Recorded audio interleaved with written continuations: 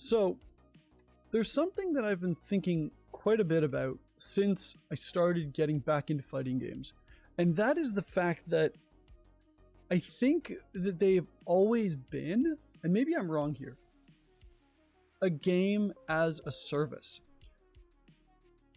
And the fact that modern fighting games expect you to pay $60 up front, modern AAA, keep in mind, everything I'm going to say is all about AAA fighting games. The fact that modern fighting games expect you to pay AAA prices, $60, $80 here in Canada, more in other places of the world as well, I'm sure, $60 to $80 for a brand new game, and then expect you to buy a season pass in order to fill out the roster, and in order to get, I guess, more from the game, I guess we'll call it, it's starting to feel a bit like fighting games have gone the games as a service route that so many of us have decided we don't like in any other game. But it seems to be okay for fighting games, and I'm just kind of curious as to why that is. Why is it that we let big companies do this, and why do we keep giving our money to big companies because of DLC characters and season passes? In order to, so just as an example, I was just playing Power Rangers Battle for the Grid, a game that's been out for, I think, since 2018.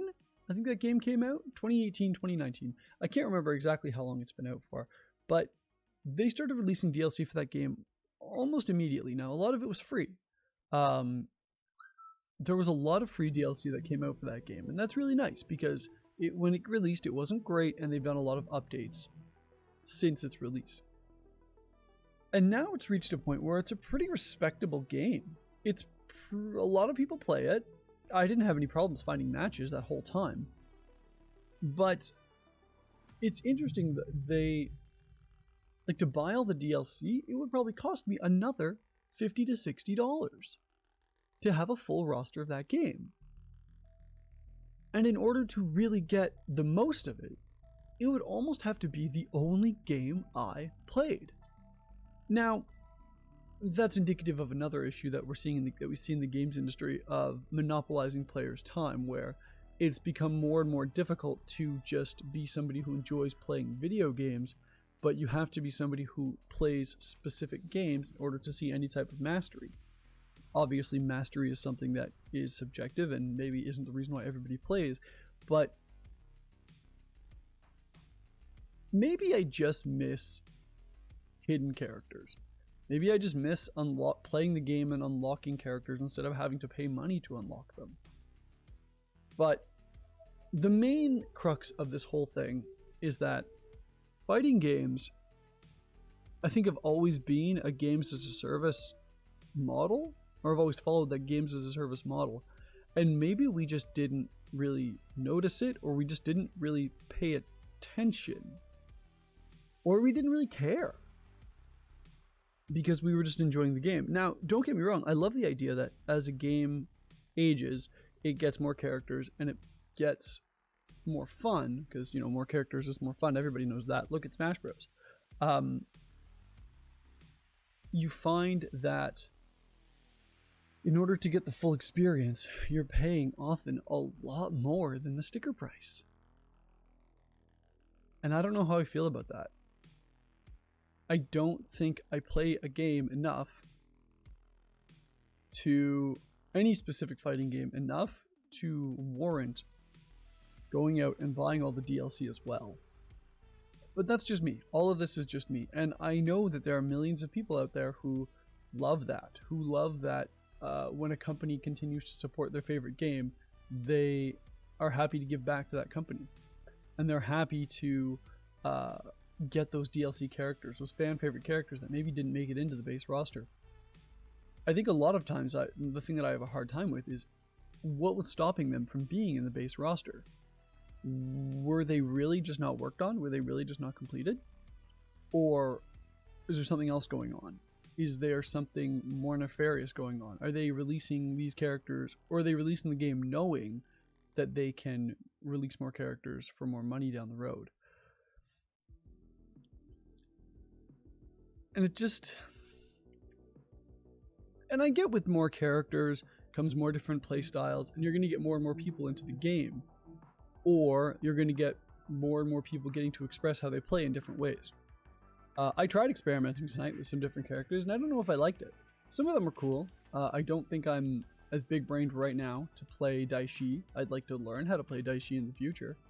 But where am I going with this? The point is, I think fighting games have always followed a games as a service model, and it's interesting that nobody's mentioned anything, that nobody said anything about it. I did some research on this topic before I decided to talk about it, and I didn't really see anybody else really talking about it.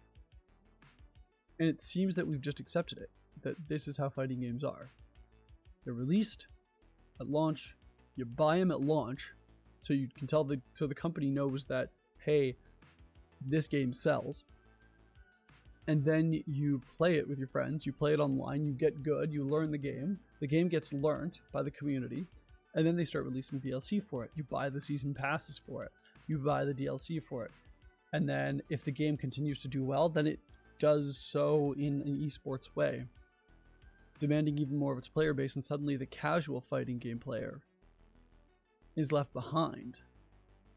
The person who plays the game casually gets bodied every time they go online, and they're just told to get good. And that's fair,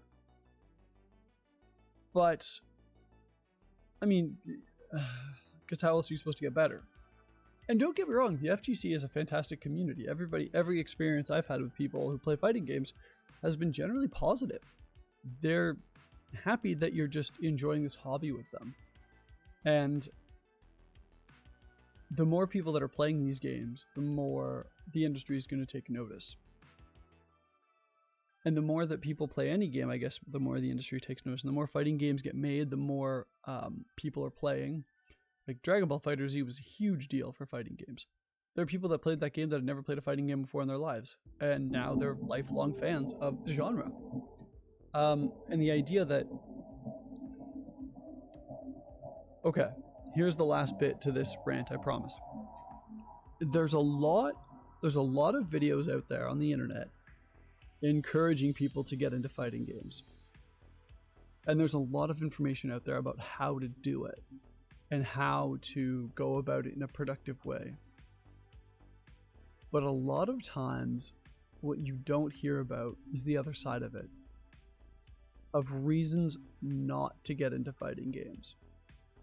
And that's not to say you shouldn't get into them, because you should. It's a great type of game, and it's a type of game that's kind of been in the back of my life pretty much since Super Turbo Hyper Fighting. I can remember shaking with hype the first time I took E Honda through an arcade ladder at the age of 7.